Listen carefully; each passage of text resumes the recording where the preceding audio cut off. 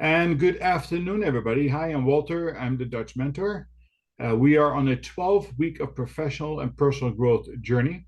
This is a free offer to come along for a half an hour of learning and self examination in a chronological order, so to speak. We started with our why last week, and we're going to continue to build upon that over the weeks to come to explore your personal brand, talking about your individual development plan, talk about habits and behaviors of leaders, talk about the four key responsibilities, how to motivate, how to inspire, how to build genuine partnerships. The outcome is that you should have significantly raised your self-awareness and made a real deep commitment to be on a journey of continuous self-development. uh, Excellent leaders never stop learning, and that's really the key to leadership. Is that you want to continue to evolve, you want to be on the leading edge, you want to be able to take calculated risk, and all that stuff. What we will be talking about today is kind of like put into your personal brand. On the end of the day, we are all unique leaders in our own right, and like you could be a leader of one, you as a facilitator, or you can be a leader of many. You can be a team leader, which is as close to the grassroots as possible, or all the way an executive leader in the C-suite. No matter who you are, what you do, you should have some level of knowledge and understanding of what your personal brand is, and even more important, you need to tend to that. So if my cursor would work in order to be able to move to the next slide, that would be really handy. So let me see if that maybe that would help over here. There we go. All right, so leadership brand. What is the first thing that pops to mind when you see this brand over here? Do we recognize that? I, Mustang?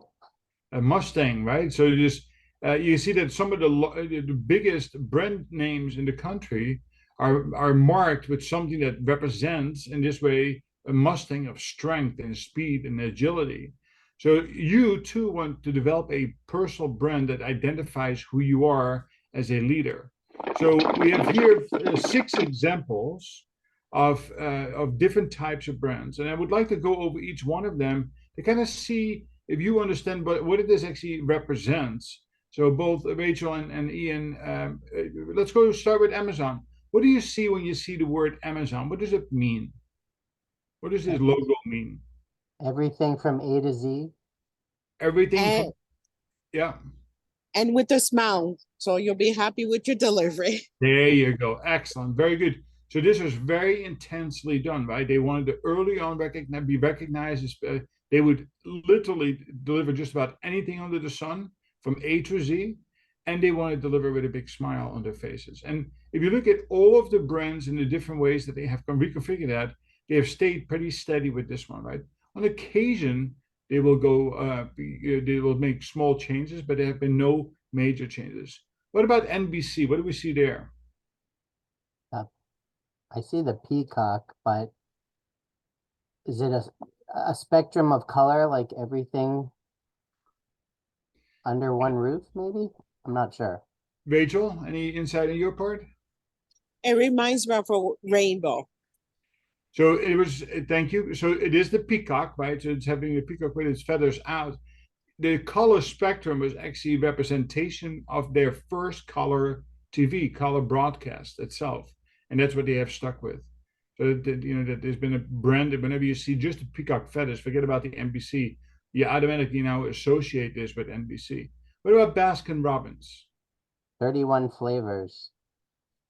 And interestingly enough, um, my children go to school with the great nephew of them. So I sat through a Small, B&R presentation. very small. Any other insight from you, Rachel, on the Baskin Robbins? Nope. So Same.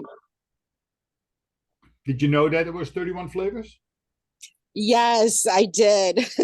It's funny because most of the time when I'm in a large group, not everybody knows that. Not everybody even saw that there was a 3-1 there. And then once they see it, they question why that was. But yeah, 31 flavors for 31 days of the month. Of course, not every month, but that's how that represents. What about LG? Is it a character winking with the LG, as the whole face? Exactly right. So interesting enough, if you look at the eye, right, So you have the nose for the L and the G with the face. If you take the I away, they found it to be a bit rough. That's why they put the dot in there to create an I. So they wanted to have a representation also that you would see a bit of a smiling face. So putting a face on LG itself. And then the last one in Tostitos, what did we see there? Two people sharing a bowl of whatever with a Tostito. I suppose in the center there. Rachel, any other insight? No, I see the same. Sharing, coming together. It is exactly right. So Tostitos wants to be sharing, coming together, and let's have a party together, right? And that is really kind of the representation, which is powerful. So the key takeaway is you recognize these brands, right? You don't, just no different than Nike, and we can come up with a whole lot of brands. So you too should have a brand that people are familiar with. So you want to build this. Now, where did this come from? Well, this actually came back in, several hundred years or 150 years ago, when a lot of branding was taking place of cattle on the open fields. Back in the day, of course, this was all done with hot irons. Today, this is still done to recognize on the open prairies which cattle belongs to who or which horses belong to who. Today, of course, they do that through freeze drying, so it's no longer painful to the animals itself. But that's where the branding originally came from. But again, it's still very powerful today. So how can you now take charge and come up with some sort of a concept of a personal brand on your part? So we're going to put together, you're going to put together, three different things, or really four different things, in order to be able to start shaping your image. Now, I always challenge people is that at the end of this, you want to be able to develop your image. In other words, come up with some kind of a logo that you can carry forward. And personally, I've gone to two logos. My first logo is a tulip with a tie, which is really more a representation of a tulip being the national flower in Holland. Tie that we are being pragmatic and authentic and still somewhat of a conservative approach, where we're engineering type. I still use that in some places. And then I re-engineered it to go to the Dutch Mentor, just for the fact I wanted to have a name to it that was recognized, including the colors, where still the tie is represented within the logo itself. So that's how we got, that's how I got, evolved it over time. So it's perfectly fine to start to make changes as you go on. But what I challenge you to do is to come up with your story. No different than we talked last week about what is your why. It has to be uniquely yours. Right? In there, you want to have that 43-second story, that 8-second hook, that 30-second body, and 5 seconds of closing on the why, not the how and the what. And again, it takes some practice to get to that total. Now, what are the attributes of a personal brand? So first, you need to know what your differentiating natural strengths are. Now, people might think what they know it is, or that they have a good idea, but they have not really validated that. So normally speaking, when I work with my mentees, they will do a reflective survey, and they'll go out and they survey people above them, their bosses, people who they work with, lateral peers, and people who work for them, including family members and friends. And we ask them to answer 3 questions in a very open and honest way, meaning what are my pure strengths? What are my blind spots or weaknesses? And what do you think I need to do more of? And the secret sauce is that once you get about 8, 9, 10 of them back, we don't want to react to anything that they say. And it's only human nature that our eye is drawn first to what is negative, or what do people not like about me, or what they think my blind spots are. Really, where your eyes need to go is to learn to see what are your natural strengths, or what are your differentiating strengths. So when you start seeing on the surveys 2, 3, 4, 5, 6 times honesty, integrity, communication, energy, drive, inspiration, whatever the words are, those are things that stand apart from all else. Therefore, that becomes one of your differentiating strengths. And that's what you want to document over here. It's not that how many, right? It's not about 2, 3, 4, 5, 6, 7. 1 or 2 is good, but if you want to come with the third one, that's fine, but not too many. So the leadership attributes, and that is really more of a fact that what we teach is really a component of the 4 key responsibilities of a leader, which means, again, this is a behavior, that you want to lead with confident humility. In other words, you want to lead with emotional intelligence. You want to lead outwardly, not, it's about others, not about you. You want to know and understand what your pure strength is. You want to be collaborative and bring people together. And then it is about, how can I be responsible as a leader?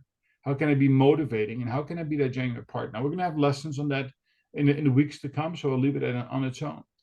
And then it is about your confidence level. And this is more the self-examination of, where am I today in my level of confidence? Am I an imposter? Am I, have still incompetence? Do I lead with ego and pride? Or do I already have learned how to lead with confident humility? Do I really know and understand my strengths? How can I sharpen it? Am I in touch with myself? Am I self-aware? Where's my emotional intelligence? And that is really where, over time, as you become more aware and you start closing the gap to where you want to be, that's where you get to the level we call competence. And competence is not competence in everything, but competence is really understanding who you are as a leader, how you are perceived by your peers, and how you interact with that. On the end of the day, we don't lead how I think. We should lead by how I am perceived by others, right? That's a very difficult thing to manage. And you combine that by understanding how much risk you can take, what courage and success you can deliver because of that. And then, of course, you come already to the equation with lots of what we call battle-hardened experiences. In other words, past experiences from past jobs. But it's a combination of those factors where you can build confidence, not arrogance, not ego, not pride, but confident humility. And out of that, you can make a decision, right? Natural strengths plus your leadership attributes and confidence. You can identify, what is my leadership brand? Now, obviously, there's been a major shift in the industry across all disciplines, not just in healthcare, where I spend most of my time, is that we are more and more going to what we call a servant type leadership, outward thinking, one of the people, right? It is more about collaboration and telling people what to do. But you can certainly relate to brands like situational leader, a 360 leader, a servant leader, right? A non-directive leader, a collaborative leader, shared governance type leader. So you can label yourself with what kind of a leadership brand do you want to be known by. So it's a combination of these factors that you want to then be able to write out a short story about your leadership brand. And by doing it, it's no different when we're talking about your why. If you write it out and you make it a short story, when the inevitable question comes up when you go for an interview or when you work with another leader, and they tell you, ask you, so tell me a little bit about your personal brand or your personal style, your leadership style. Well, you already have this well prepared. And also you can use, if you end up making a logo and you go to fiverr.com and tell them all your attributes, and they can come up with a really nice logo for you for not too many dollars, you can actually start including in your communications, not only within the company if it's allowed, but certainly with external communication. So you start identifying yourself with a personal brand, no different than NBC or any other companies that we just looked at. Any questions on how to utilize this journey and of this journal activity? Ian, is this helpful? Did you and I, of course, talked about a bunch of this stuff. Does it help you organize your thoughts? It does. And actually, my wife is a graphic designer that does the branding, so she's always done mine. Nice. I work with her for a new one. My other ones are both film, so. There you go. And Well, need help. you go back to the laboratory world and identify and it'd be nice to see that, right? It is that, and especially when you want to come across, when they see your brand as being a servant leader, a collaborative leader, that creates a certain level of comfort, right? And you're accessible, you will listen, you have excellent communication skills. You can even add a few words to that, right? I use the words authentic and pragmatic when I talk about my brand. I would go on my website and other places itself. So with that said, I would like, Rachel, any comments? And I think there's another person that joined us as well. Walter is there too. Hi, Walter. Any comments? Your personal questions? No, I'm looking forward to redoing this journal activity again, because sometimes you get lost in the day-to-day and you forget your brand, you forget your why, you forget why you do it. And I think that's very important in healthcare. Yes. And it is, remember that leadership and development is continuous, right? And without a doubt, I encourage, as you work on strategy for the service that you work in, you need to work on your strategy as well. At least, I always say twice a year. You should do that in June and December of each year. And of course, I make May and November the months where we should be looking at our talent and talent development. I will talk a little bit more, or I'll write some articles about that later in the month as we get from May into June. But let's not go too fast. Walter, any questions on this? No, this is actually an eye-opener. When you are bogged into seeing patients every day, you don't think about these things. You don't think about your personal brand or leadership brand. And I think this is giving me the opportunity to think outside the box. So this is fantastic. I will work on the journal and see what I come up with. And yes, yeah, it'd be it's great. great. It's fantastic. By all means, when you're all done, you can share them to my email at the DutchMentor@gmail.com, and be happy to ask some challenging questions to get it just right for yourself. So if there no other, Ian, you have a comment? No, I'm good, thank you.